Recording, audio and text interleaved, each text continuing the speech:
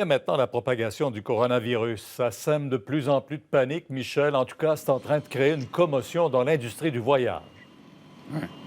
À mesure que donc les foyers d'infection se multiplient, l'Italie, après l'Asie, des pays comme l'Italie, l'Iran, l'Irak, évidemment, ça suscite beaucoup d'inquiétudes et les agents de voyage constatent donc que l'épidémie fait souffler un vent de panique dans l'industrie du voyage actuellement.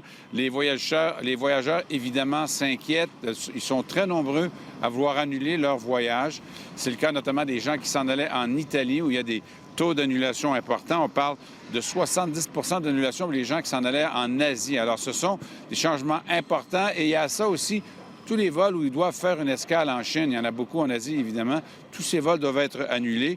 Alors, ça crée de gros problèmes. L'agent de voyage à qui on a parlé sur LCN un peu plus tôt aujourd'hui racontait à quel point, donc, ils sont submergés d'appels et d'inquiétudes de la part de leurs clients. On l'écoute. Les gens nous appellent, les gens viennent nous voir, effectivement, il y a des inquiétudes. Puis, du côté de l'agence, on a du travail à faire, non seulement pour suivre la situation au quotidien, et c'est ce qu'on fait, mais aussi pour rassurer les gens. Le coronavirus n'est pas partout. Puis ailleurs dans le monde, bien, il y a du monde comme ici qui ne veulent pas le pogner, eux autres non plus. Alors, le principal problème, c'est que souvent, il faut trouver une solution de rechange. Et comme il y a autant de changements que ça devient extrêmement compliqué de le faire. Par exemple, les élèves du secondaire 5 du collège Mont-Saint-Louis, au nord de Montréal, avaient prévu un voyage au Cambodge. Les jeunes avaient amassé de l'argent pour financer ce voyage-là. C'était fait avec l'école.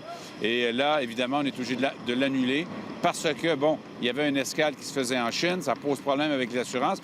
Et l'autre crainte aussi, c'est que les gens ont peur maintenant que si jamais on se retrouve dans un pays où il n'y a pas nécessairement vraiment beaucoup de cas, que ça se déclare et que les gens soient ensuite prisonniers de cette destination-là. Alors, évidemment, toutes sortes de réactions qu'on va présenter cet après-midi sur LCN et reportage complet au TV à 18h.